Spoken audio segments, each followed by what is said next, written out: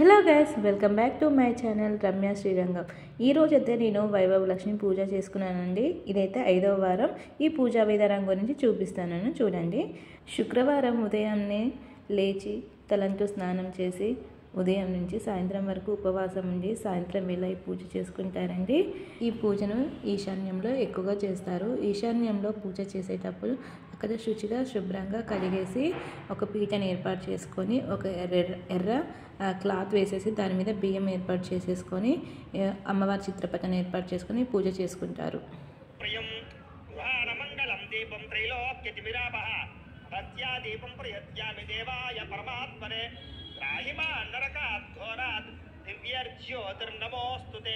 దీపారాధనం కృత్వా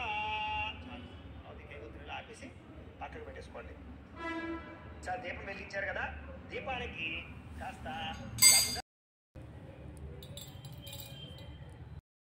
వాణి హిరణ్య గర్భాభ్యాం నమః, శచీ పురంధరాభ్యాం నమః, అరుంధతి వశిష్ఠాభ్యాం నమః, శ్రీ సీత శుభముహూర్తో అస్తు ప్రాణానాయమ్య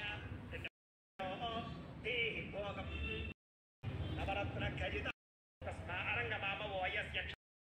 వస్త్రాలు లేని వారు అక్షతలు వేసి వస్త్రార్థం అక్షతాం సమర్పయామి అనుకోండి. ఈసారి యజ్ఞోపవేతం ఉంది కదా, పరమం యజ్ఞోపవేతం లేని వాళ్ళు అక్షతలు వేసి యజ్ఞోపవేతార్థం అక్షతాం సమర్పయామి అనుకోండి. ఈసారి ఒక పుష్పం తీసుకుని గంధంలో ఉంచి దివ్యశ్రీ చందనం సమర్పయామి. మళ్ళా ఇంకొక నమస్కారం ఆభరణార్థం పుష్పం సమర్పయామి. గణపతి దగ్గర వేసి ఈసారి ఆభరణార్థం అలంకరణార్థం అక్షత పూజయామి. ఈసారి గోపట్టుకుంటూ కొంచెం అక్షతలు లేదా 3 వేళ్లతోటి గణపతి దగ్గర పూజ చేస్తూ ఉండండి. ఓం మహాగణాధిపతయ నమః అనుకుంటూ చేస్తూ ఉండమ్మా.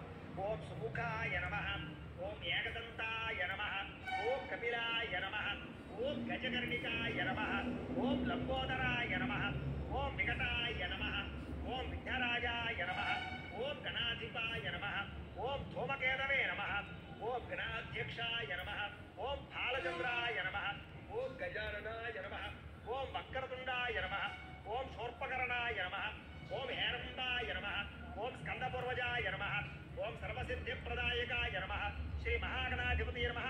షోడశనామ పూజాం సమర్పయామి. చాలమ్మ. ధూపం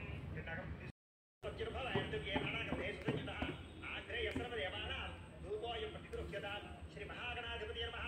పరిమళ ధూపమాఘ్రాపయామి. ఇలా ఇచ్చేసి 5 సార్లు ఇలా ఏదైనా పుష్పం తీసుకుని ఆ పుష్పాన్ని ఇలా పట్టుకుని ఇలాగ స్వాహ, ఓం అపానాయ స్వాహ, ఓం జ్ఞానాయ స్వాహ, ఓం ఉదానాయ స్వాహ, ఓం సమానాయ స్వాహ. చాలా పక్కన పెట్టే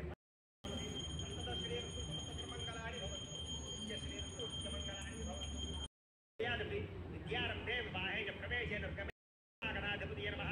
సువర్ణ దివ్య మంత్ర పుష్ప దర్భాని ప్రథమాన్యాసన్ దేహనాగం మహిమాన సజంతే యత్ర పూర్వే సాధ్యాసంత దేవాః గణపతిం యథాస్థానం ఉద్వాసయామి. శోభనార్థే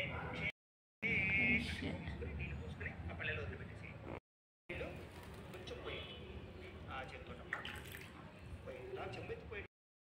ఓం కాండాత్ కాండాత్ లోహంతి పరుషపరి ఏవానో దూర్వే ప్రతను సహస్రేణ శతేన. గణపతి పూజ అయిన తర్వాత అమ్మవారి అష్టోత్తరం చదువుకొని బుక్లో ఉంటుందండి శీలకథ, అది చదివేసుకుంటే సరిపోతుంది. తర్వాత తీర్థప్రసాదాలు అమ్మవారికి నైవేద్యంగా చూపించేసి మనం స్వీకరిస్తే సరిపోతుంది. ఈ వీడియో కనుక మీకు నచ్చినట్లయితే లైక్ చేయండి, షేర్ చేయండి, సబ్స్క్రైబ్ చేయడం మాత్రం మర్చిపోవద్దు. Thank you for watching.